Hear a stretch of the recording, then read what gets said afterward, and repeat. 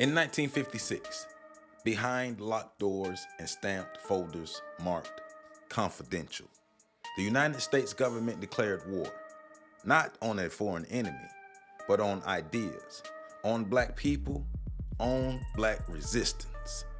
The program was called COINTELPRO, short for Counterintelligence Program. It did not appear on ballots.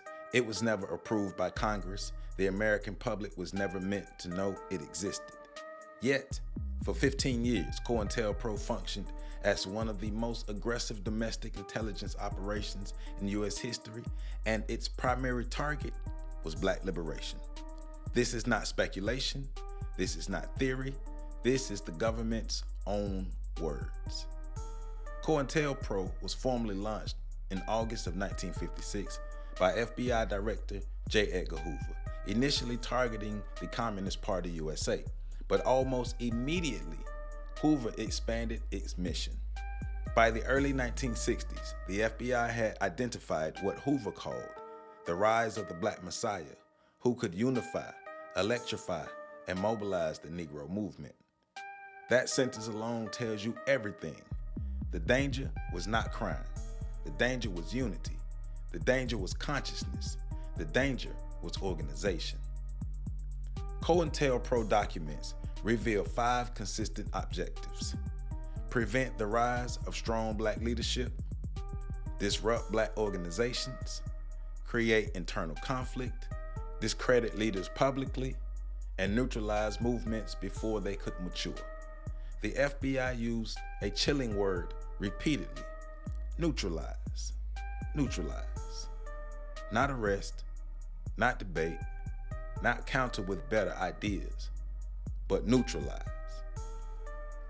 An internal FBI memo entitled COINTELPRO Black Nationalist Hate Groups instructed field officers to expose, disrupt, misdirect, discredit, or otherwise neutralize the activities of black nationalist, hate-type organizations and groupings. The organizations named included the Black Panther Party, the Nation of Islam, SNCC, CORE, local black student unions, and community self-defense groups. This was a counter-revolution, not law enforcement. COINTELPRO did not operate with one tactic. It used layers of warfare. One was infiltration.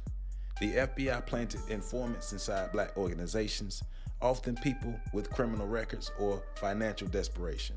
Primary source testimony from former Panther Elaine Brown confirms informants held leadership positions and shaped decisions from within. 2. Forged letters and fake conflicts. One of COINTELPRO's favorite weapons was the anonymous letter. The FBI forged letters to turn leaders against each other, accuse activists of being informants, create romantic jealousy, and incite violence between groups. FBI letter campaigns between the Black Panthers and the U.S. organization in Los Angeles directly contributed to deadly shootouts in 1969. The goal was not surveillance, it was implosion. The third is media manipulation. COINTELPRO fed stories to newspapers portraying black leaders as criminals, sex deviants, foreign agents, and violent extremists. According to primary sources again, Hoover personally approved press leaks smearing Dr. Martin Luther King Jr., labeling him as a moral degenerate. Dr. King is often remembered as beloved. The FBI despised him. In 1964, the FBI sent Dr. King an anonymous letter, now known as the suicide letter. It threatened to expose alleged personal indiscretions and concluded with this line: "There is only one thing left for you to do." That was not subtle. That was a psychological assassination. The letter was archived in the National Archives and confirmed by the Church Committee. Before his assassination, Malcolm X was constantly surveilled, infiltrated by informants, and intentionally isolated from allies. The NYPD Bureau of Special Services files and FBI surveillance records show both agencies were present at the Audubon Ballroom on the day of his murder, yet failed to intervene.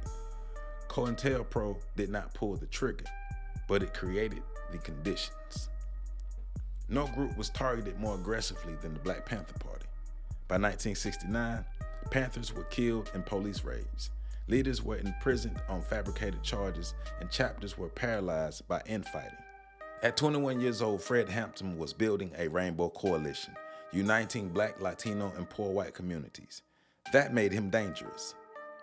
According to primary sources, the FBI used an informant to provide a floor plan of Hampton's apartment. Chicago police conducted a pre-dawn raid. Hampton was drugged and shot in his bed.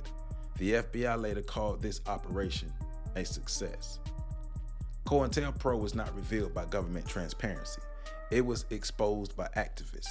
In March of 1971, a group calling themselves the Citizens Commission to Investigate the FBI broke into an FBI office in Media, Pennsylvania. They stole files. Those files revealed everything.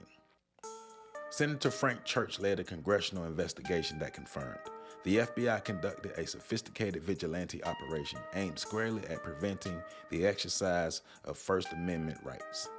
The committee concluded that COINTELPRO was unconstitutional, abusive, and politically motivated, yet no one, and I mean no one, was imprisoned. COINTELPRO officially ended in 1971, but its logic did not. Today, similar tactics appear in surveillance of Black activists, labeling movements as extremists, media distortion of Black protests, digital infiltration and disinformation. The technology changed, but the target did not. COINTELPRO teaches us a hard truth. Black progress in America has never been opposed accidentally. It has been intentionally disrupted. When Black people organize economically, COINTELPRO appears. When Black people organize politically, COINTELPRO appears. When Black people unite across lines, COINTELPRO appears. The question is not whether it happened. The question is, what are we going to do now that we know what's happening?